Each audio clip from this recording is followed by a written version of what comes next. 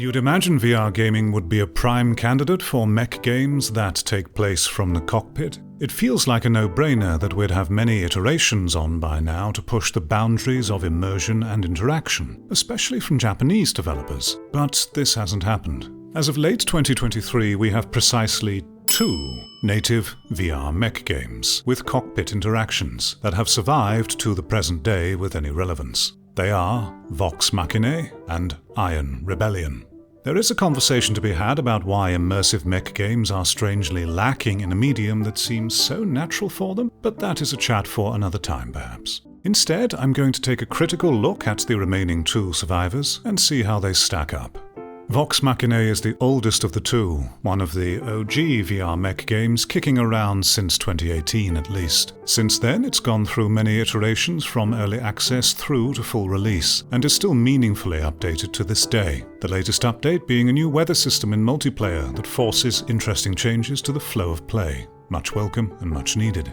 Vox is an extremely well-made and polished piece of optimized software that runs beautifully. And it looks good, it plays smooth, and has very minimal bugs by today's standards. I cannot praise it enough for how well it runs, as unstable poor performance is one of my biggest pet peeves that plagues gaming software today. It's available on standalone and PC VR headsets, and can be played traditionally on flat screen, with cross-platform play for all of the multiplayer modes. It uses full motion controls to interact with the cockpit, though there are only a few things to interact with outside of movement, and those playing on PC can also avail of gamepads, a variety of HOTAS, pedals, keyboard and mouse, whether they're playing in virtual reality or not. You have 7 different mechs available to pilot, or grinders as they're called in this universe, each with their own distinct characteristics of how they control and play, alongside numerous weapons and modules to experiment with that have a heat generation system you must carefully manage so not to overheat and shut down mid-combat.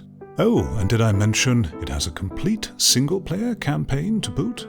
Not bad at all. It's a full, fairly priced, comprehensive package made by a talented, creative team, one which they should be proud of.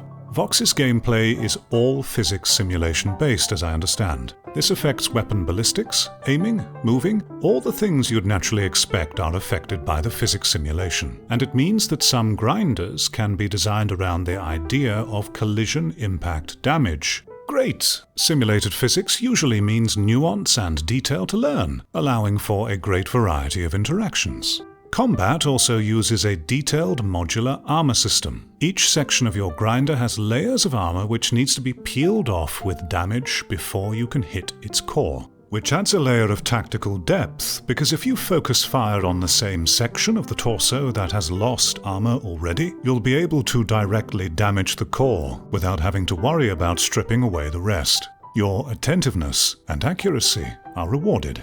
Different grinders have different amounts of armor on different sections, and some also have bonus resistances to certain types of damage. The heaviest grinder, Dredge, has bonus resistance to impact or ramming damage, for example. Limbs can also be destroyed, having the expected effect of disabling weapons if arms are removed, or preventing movement if the legs are gone. Aiming is done via your input of choice. If you're playing in VR, it defaults to aiming with your gaze, which is what I use, though it takes some getting used to, I must admit. If you don't like gaze aiming, it can be changed to use the controller or your plugged-in input of choice. Sounds wonderful, and it is. This kind of thoughtful detail and nuance to approaching combat is exactly my cup of tea. Then we come to Vox's final core gameplay feature, which you should have seen plenty of in the background footage by now: the jump jets. Every grinder is equipped with vertical and lateral booster jets, enabling them to fly around for a limited period, governed by a constantly recharging fuel gauge. The type and weight of your grinder affects how far and fast you can go with one full gauge. And to add even more nuance to it, some grinders have stronger boosts in certain directions. The Rook, for example, has much more powerful side strafe jets compared to the rest, enabling quick evasion and even the ability to ram your shoulder into an opponent for very high damage if it connects true. The Rook's shoulders are extra armored on purpose by the devs to serve that very function. And the jump jets plus physics are also the reason why having your legs blown off may not be such a bad thing in some situations. If you're piloting a heavier grinder, losing the weight of those legs will allow you to fly around much further and faster than before, possibly opening up new gameplay opportunities. And finally, combine all of these with excellent cockpit animations and a detailed soundstage to punctuate it all. And I still don't enjoy playing it very much. Before I go on to explain why, rest assured I've given it a fair amount of my attention before coming to this conclusion. My issue with Vox is that despite all this praiseworthy detail, nuance and quality inherent in its design, the way the game ultimately plays out severely lacks impact and gravitas, and feels hollow, shallow, and not believable. I've tried very hard over my 100 hours of play to find and use these details to my advantage to really get into it, but it always feels deeply unsatisfying. Matches often begin with a sense of thoughtfulness and tactics, but ultimately nearly always devolve into teams smashing themselves together in a clump and hoping for the best. Visually, it looks like a bunch of toy robots with wobbly limbs being slammed together by a kid playing pretend. The movement in Vox feels extremely unresponsive and floaty, and not in the good way that makes sense, to me at least, and actions taken feel constantly light and airy, a stark contrast considering what we are doing in-game. Now for reference and clarity, grinders are supposed to be these enormous, immense things we're driving around in environments with the same gravity as Earth, and thus should be sluggish and lack precision. I've no problems there. I'm not a physicist or well educated by any stretch, so if it turns out that the movement behavior and feel here are accurate and appropriate, then you can go ahead and disregard my entire critique of the game's movement. This is not something I can convey to you with words. You have to feel it for yourself through play, though it can be partially understood by looking at how the other grinders move. Have a look at how they're walking. The legs barely seem to interact or impact with the ground, instead looking and feeling like they're gliding or sliding across a surface with the occasional light tap to glide them onward. If you're in the cockpit, the animations and sounds attempt to make up for this by conveying the impact of the steps, but I think they're unsuccessful. You know and feel you're still sliding along just by how you're moving. It's like you're a puppet with invisible strings attached, being carried and dragged around by an unseen puppeteer, trying half-heartedly to convey that you're actually an enormous robot walking and not just being held up and dragged around by those strings. This is compounded further by the feel of jump jets and their importance in moment-to-moment play. If you want to be successful in Vox Machinae, prepare to be jetting and floating around a lot. That's clearly how the game's been designed. Problem is that once again, the sheer floatiness of doing so and the limited fuel to maintain a degree of control at faster speeds, at least with the heavier robots, results in you drifting or floating vaguely around, just hoping for the best half the time as you slam into the environment as a means of stopping. Now you could say that a more skilled pilot should be able to mitigate that, and you're right. I have witnessed some pilots using lighter mechs who can expertly weave themselves through the air, though I would still often see those same pilots slam themselves into the environment as a means of stopping, because the damage done to yourself seems negligible versus the positional advantage you gain. But that then leads to another unsatisfying meta of players floating around constantly, blinking at you from afar, or just charging through the skies recklessly to keep ramming you. There are a few counters to this behavior, but those counters can be countered with the right modules. So we have the dainty floatiness of the traversal that fails to convey the size and weight of those mechs, leading to a very hollow, detached feeling. Then we have the effects of weapons themselves being non-existent. If you've paid attention to the footage of me firing upon opponents, you'll note how no matter whether I'm firing dual railguns, a huge rocket, dense machine cannon fire, or long-range massive cannon shells, there is no sense of physical impact on target whatsoever. Even though when you're being hit, your cockpit does a well-made violent animation to give the impression you've just been hit by something supposedly heavy and with impact, externally, munitions just evaporate and are shrugged off as if you were firing a water pistol at them. Either this is a technical limitation or a deliberate choice to not have actions be affected by external forces. Maybe it was a fear of VR players becoming too uncomfortable from having their velocity jerked around by heavy fire, so they chose not to allow it? If this is the case, then I would argue that such an event is supposed to be uncomfortable. A typical VR player deliberately wants to immerse themselves and really feel like they're there. That's a big part of the value of VR, is it not? As with anything in life, we are extremely adaptable, and facing that initial discomfort allows us to adjust quickly and not be bothered by it anymore, especially when it clicks with the user that VR isn't real. It's not happening. Whatever the reason for its absence, it looks and feels incredibly jarring and dissatisfying for a game so heavily focused on physics simulation. It's not at all convincing and it feels out of place.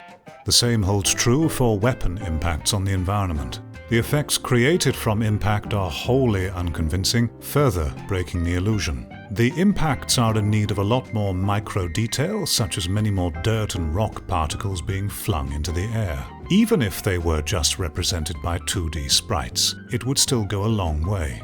Speaking of the environments, those are my final main gripe with the game. Don't get me wrong, I like their design very much. They're varied, creative, and interesting for the most part. But they're not fit for purpose of selling the illusion you're in a gigantic mech. The levels are obviously sized perfectly and conveniently to match the grinders, robbing you of the sense you're the oversized one in the world by comparison. Instead, the world feels tailor-made to accommodate you. The environments also lack enough frames of reference and general detail to convince you of the scale. And for reasons I don't quite understand, no matter which grinder you're in, smallest to largest, you always feel about roughly the same height from the ground somehow. So, despite all the wonderful nuance, technical accomplishment and creativity on offer here, all of which deserve the high praise given earlier, the combined execution of it all feels far away from the giant mech game you would expect. The unwieldy, weightless, floaty movement that seems completely disconnected from the environment, the dainty, wobbly-limbed animations of the other grinders sits in stark contrast to their supposed size and weight. The lack of visual force and impact on the world from your actions. The missing micro-details and frames of reference to convince you of the massive scale. Environment sizing and design that too conveniently matches the mechs, further eliminating the sense of scale. They come together to create a gameplay feeling of emptiness to it all. Like you're floating around a dream world you know is a dream because it's missing the key details to convince you otherwise. Abstract, I know, but this is why I've given so many hours over the years to come to this conclusion. It always felt like something was missing in Vox, but I could never quite put a finger on it, let alone express with words. Then we have the single player, a later unplanned addition to the game that came with its transition out of early access, and this I am far less indecisive about. It's bad. An absolute slog which has no sense of pacing or world building, a forgettable, uninteresting plot with mostly dull characters, bar a moderate exception here and there. Some of the most unnaturally paced, boring dialogue sequences I've heard since the PlayStation 1 days of Resident Evil. Repetitive missions which offer no real challenge, and again, awful pacing. I wasn't a fan. I appreciate the effort though, but clearly a task not well suited to the current team, I feel. Vox Machina is not a bad game whatsoever. It's a very good, high-quality, well-made game, for what it is in fact. One of the best we have in VR at the moment. For the reasons mentioned, it just didn't fit my criteria for what makes a convincing, satisfying mech game. Especially considering the potentials VR immersion and motion controls could have for the genre. Vox does not explore that nearly enough for my liking. But by all means, I encourage you to try for yourselves and see how you feel. Nothing about this game is jank.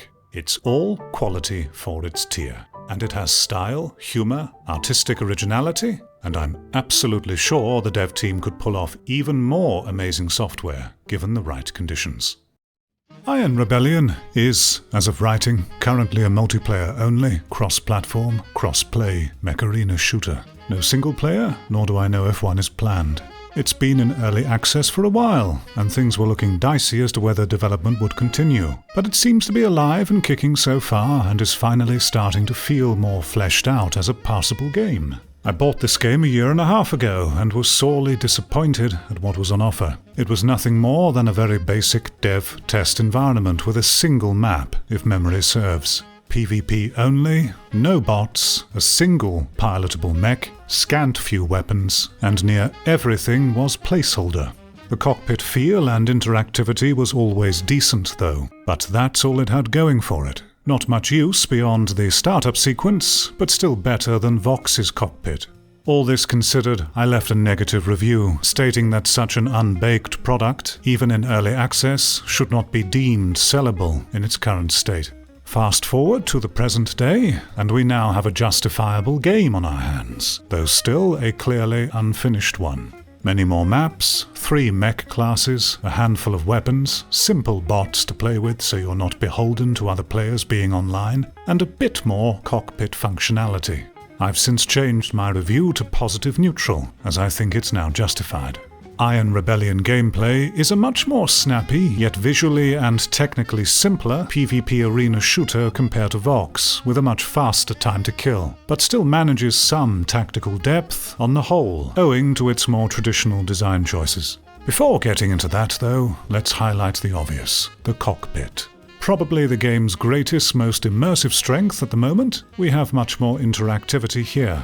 A novel startup sequence required for every respawn, cockpit buttons to dictate your communication, adjustable armrest height, cargo pickup lever, a self-repair panel requiring a few steps to use, and several unused buttons just waiting to be given a purpose. Though sadly, the other monitor panels just show gibberish at the moment, no meaning at all. The most common actions, reloading, selecting a weapon, sprinting, and jumping, are still handled on your VR controller. The game achieves a sense of physicality and weight with each switch and button press. It's good stuff, and is, surprisingly, the most comprehensive use of a mech cockpit we've seen to date that plays into VR input. Movement is handled fine. You can jump, sprint, zip around quite fast, especially in the Scout class. But it still maintains enough believable inertia and acceleration with the animations and sounds to convince you're in a mech. The environments, being smaller, enclosed arenas typically in Earth-like industrial areas with ample frames of reference, does not inspire the same scale critique as Vox Machina did, even though the geometric complexity and detail is much simpler. Iron Rebellion is, in spite of its generic appearance and pace, a more thoughtful game than you might first expect. And I'm glad to see it still making progress, and hope it goes much further and deeper with the cockpit interactions especially. I've played only a single full lobby with humans before. The player count is lower than Vox, as expected, and the majority of players appear to be in a US time zone, also as expected. The full player lobby takes on a more methodical, tactical pace than what you're seeing in the footage behind me, which is fighting simple bots most of the time. Aiming and turning are not decoupled like they are in Vox, and is done with the motion of your entire forearm pivoting from the elbow, meaning you cannot aim one way while moving in another. I still struggle with precision aiming this way, but I feel like it's something that can work well with enough practice. Unless I'm wrong or have not noticed, there is comparatively much less going on with the moment-to-moment combat and movement here. Limbs and weapons cannot be shot off, there is no heat generation to manage, no special physics simulation. You just do damage and watch your ammo count. Any nuance so far comes from your choice of weapon and mech class. Grenade launchers you can manually time the detonation of. Artillery you can manually adjust the range of with a very long lead time, that sort of thing. Repairing is quite neat, needing you to first collect health pickups in the world, with each mech class only being able to store a certain amount, then designate sectors to repair, then you must enter a safe mode, which disables your HUD, you can still move and shoot however, and finally, pump the handle for each sector you want repaired. I like the idea a lot, though in its current form it's maybe a little too powerful as it heals to max instantly. As this game is early access, I've written some suggestions on how I think mechanics might be given more depth or interest. Pause the video if you want to read. If my tone feels more indifferent when talking about this game, and that I'm much less targeted with my words and going easier on it compared to Vox, then you'd be right. But it's not because I think it's a superior product. In truth, I'm struggling to form any strong opinion either way, because Iron Rebellion, in terms of design, presentation and core gameplay features, does not convey a defined character and vision like Vox does. Excluding the cockpit and weapon design, it doesn't attempt to portray its own artistic style, original world, or setting. The environments look like typical Unity engine asset art as far as I can tell, which does fine enough. Functional, nothing awful, but nothing great either. And the mech models look fine. Weapon balance definitely needs work and can be very unenjoyable in some situations, with some extremely cheap and easy behaviors possible, like dual sniper cannons one-shotting you, and using artillery indoors on the roof for a massive AoE insta-kamikaze. But it's clearly work in progress, early access and all that. And there's no story to speak of, you just get into a mech and fight in different arenas because you do, which is fine. Nor is it apparent from the presentation what focus the game will or could take, because most of it at the moment looks and feels stock, interchangeable with many other Unity engine asset titles made by competent enough indie devs. So I'm left not feeling strongly about it in any way. In its current state, it's inoffensive, passable, with a handful of cool but still underdeveloped features, and little identifiable character of its own to make clear where it's trying to go or what it wants to be. I can mildly enjoy a little play session here and there, but I don't experience any of the highs or lows or desire to explore the mechanics and maybe become absorbed like I could in Vox. Thus, it's, you guessed it, fine. I suppose that's the trade-off you make when designing something with focused experimental mechanics and artistic originality versus something more standard, safer, generic. The former opens you up to a higher potential payoff, but at the risk of more focused dislike and critique from perceived shortcomings of the vision. And the latter, playing it safer, can still do well, or great sometimes with good market timing, but likely won't ever reach the potential creative heights, innovation, and adoration of something original and riskier. And I don't say this to disparage either dev team. As a consumer, I'm grateful for all of their contribution and vision. Both directions have their place and value in the market. All that being said, Iron Rebellion's cockpit interaction is the far superior and more engaging one here. It's the star of the show, and something it could definitely capitalize on to offer a more unique experience we can't get anywhere else this moment in VR. So long as those interactions are meaningful, of course. As for gameplay between the two, despite being the same genre, the design and interactions are not comparable in my opinion. They each offer their own specific mech experience, and there's definitely room for both of them, and more in the immersive mech genre for VR. I can comfortably recommend both, so long as it's understood you're getting into quite a casual, have little sessions here and there affair, and not an intense, lose yourself in the details and depth of the world gaming session.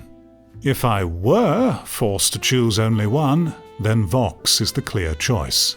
Even though I may not personally resonate with its design choices and find it frustrating and lackluster more often than not, it elicits a strong reaction from me, not because it's badly made or fails at its design, quite the contrary.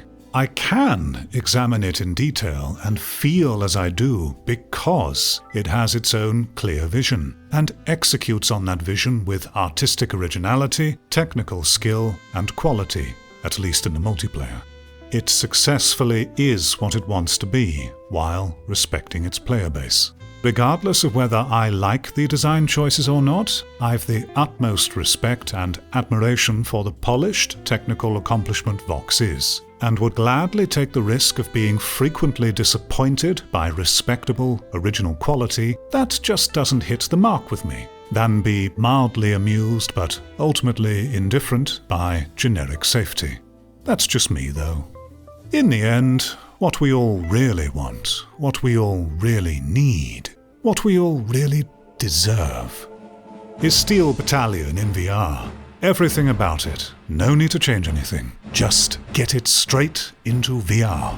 Oh, when I was younger and I first got hold of that huge controller and I turned it on for the first time, I was enraptured by it. All of the buttons, the design of the cockpit, the way it had the certain sort of 1990s, 1980s aesthetic with the CRT monitors and the sound effects. So it was just amazing. I can't believe I didn't take advantage of it as much as I